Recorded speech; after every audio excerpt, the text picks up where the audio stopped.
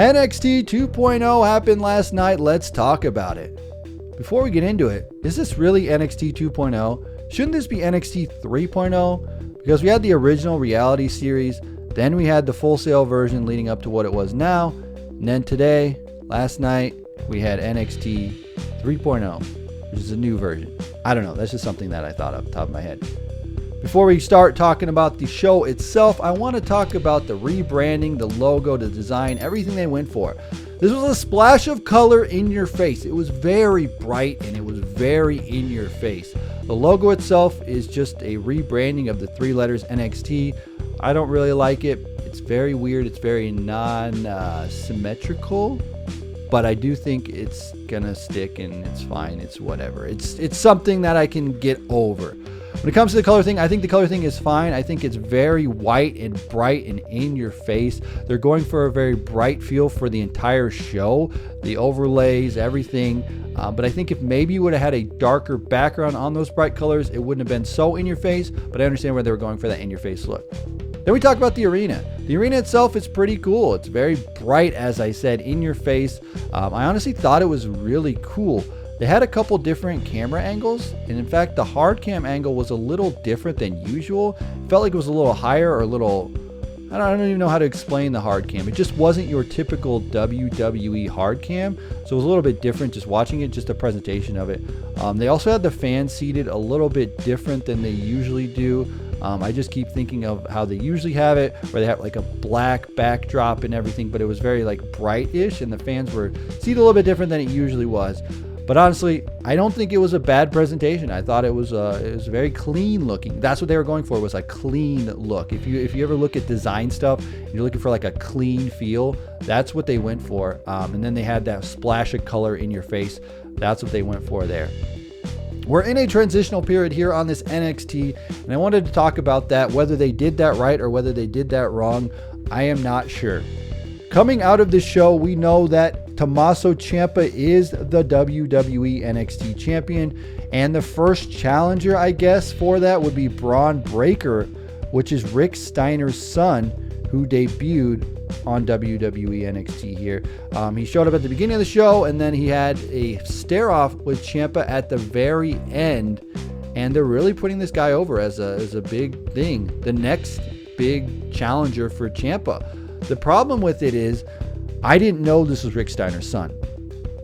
Watching right away, I saw him. I didn't pay attention. Maybe they told me, maybe they didn't, but I wasn't sure he was Rick Steiner's son until I saw on Twitter everyone was talking about it. Why did they not name him Steiner? That would have been so cool, knowing that he was Steiner's son.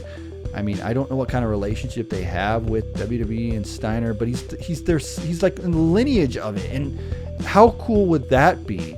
If we could know that he was just Steiner. Maybe they said it on commentary. Maybe I wasn't paying attention.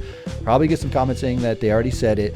But if they could just literally just call him Steiner, that would have been really cool, because it would have added to him. It would have made him more threatening in my book. Steiner is just one of those lineages, last names in the history of wrestling that you can always think about and he always sticks with you. So that's what they're going for here. And the other angle they had filling out the entire show was the wedding, which they had snippets of the wedding going through, them getting ready for the wedding, and then the wedding at the end. They ended the show with the wedding, which I don't know it was the right call. I honestly think that I would have ended it if we would have had the title match at the end, where you could have Tommaso Ciampa win the title, the new NXT has started, and then you could do the in-ring, right? So you have Ciampa win, in-ring would be Braun Breaker coming out, stare off, end the show that way. That would have been cool. Instead, they did the wedding, and then they did the backstage thing with Braun Breaker and Ciampa, and then that's set up for the future of the company, knowing where they're going forward. It's kind of this old guard versus new guard kind of feel going on here, but I don't know that they did that transition very well. They didn't really tell a story of an old guard versus new guard. You see it with Ciampa, and you see it with some of the talent here that were on the previous NXT, like the wedding segment was very old NXT-esque, where you see that those guys are clearly getting more over with the fans. One of the big issues was that a lot of the new people didn't know who they were, and they did not know how to react to them. So they did not have their characters built in. They didn't have promos leading up to those guys coming in like they did in the original NXT. There are some promos here that do play throughout the show, talking about stars coming in the future. but they haven't actually made their debuts yet, so we don't know what they're going to be like. So I think having some time to breathe and having some character development would be great. Again, we're having this old guard versus new guard where it's the NXT 1.0, I guess you want to say, coming in and getting cheered. They're the guys that are over. They've been with NXT for a while. They're established. People know who they are. They're big names. But then you have these young guys who come out of the Performance Center. We don't know them. We haven't learned them. So them having to struggle to get over kind of stinks. And you're probably going to say that I favor them bringing in huge independent names over the homegrown talent from the Performance Center. And I'm going to say maybe not. Here's the issue with NXT right now. No matter what they were doing at the time, in their current spot, where they were with the black and the gold brand, they were not getting any more ratings. Their ratings were just going up and down, but nothing really ever set them really high ratings. For them to bring in really expensive independent talent that have names, that wasn't popping the ratings for them. That wasn't making their ratings go up. Whatever they were doing just didn't make a difference on the radar of the ratings. So for them to get rid of a lot of talent, to fire people, yeah, that definitely does suck. Those people shouldn't be out of their jobs. It really sucks when they went to NXT to try and build themselves, and the brand was built on all these independent guys, and then they said, we're not going to do that anymore, and you don't have jobs anymore. The thing is, if you think of a guy like a Bray Wyatt, he was in the WWE for so long. Yes, he wasn't part of the NXT time, but he was part of the WWE budget. And when you have a guy like that, and he's built in the company for so long, he starts getting expensive. As time goes along, he probably gets a pay raise, and another pay raise, and another pay raise, to eventually he's a lot of money. NXT is a smaller brand. And if those guys that were on that brand weren't bringing in more money for them or weren't helping the ratings anymore, then what's the point of having them around?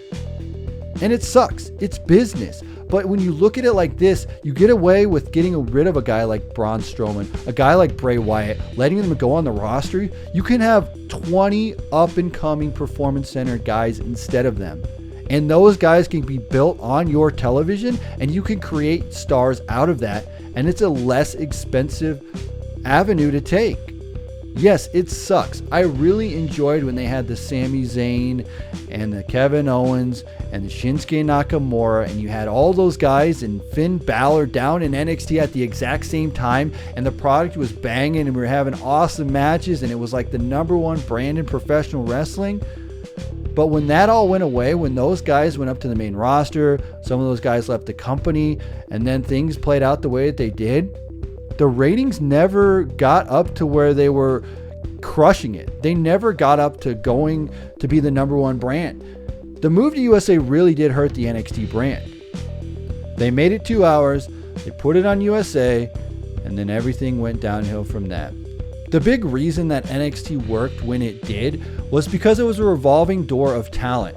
You'd have this great talent come in, whether it's from the independent scene or homegrown built talent, and then they would eventually graduate to the main roster, and then you'd have a fresh crop of other guys come in.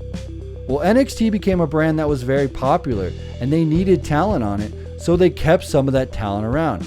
Johnny Gargano, Tommaso Ciampa, those two have stayed around in NXT for longer than anybody really has expected them to. A lot of us thought that they would be called up to the main roster, they'd be big superstars on Raw and SmackDown, and that would be the end of it. But no, they stayed there, and they stayed there, and they stayed there. Ciampa's the champion right now of NXT. He's been there forever. And that's a problem. It's not that he's bad. In fact, he's really good. He's actually really fantastic, and he should move up from NXT. Eventually, NXT got to a bad spot. They were known as a place that had a lot of very good independent talent come in and build the brand. The problem was you couldn't call everybody up, and when you did call people up, you had to have other top independent talent come fill the void, and they couldn't get all the top independent talent when AEW came around and they were being really good at their product. That was the issue. AEW came around, there was another place for this talent to go work, and then that's what NXT had lost. They had lost the luster. When you think about the original NXT, it really was the alternative to WWE. When AEW came around, it actually was the alternative to WWE, and NXT just wasn't that anymore. This transition of NXT, I think, is a smart move for them because they know that they can no longer be the alternative to the WWE. Instead, what they now are doing is they are a breeding ground for new talent inside the WWE. You saw it. They featured like 20 new people tonight, and they're moving forward with this.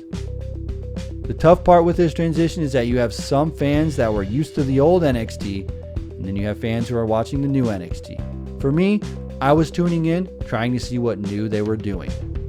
I didn't know who a lot of these people were, so it kind of didn't work for me. But maybe going forward in the future, they can build this new brand to exactly what NXT originally was. It was a place to get new people over. It was a place to showcase talent before they get to the main roster. Instead of trying to make it the end, the third brand of the WWE, they make it the developmental, the place where you can learn your craft, and when you get good enough, you move up. Because if you do that, you're always going to have a rotating roster, and then NXT is never going to get stale.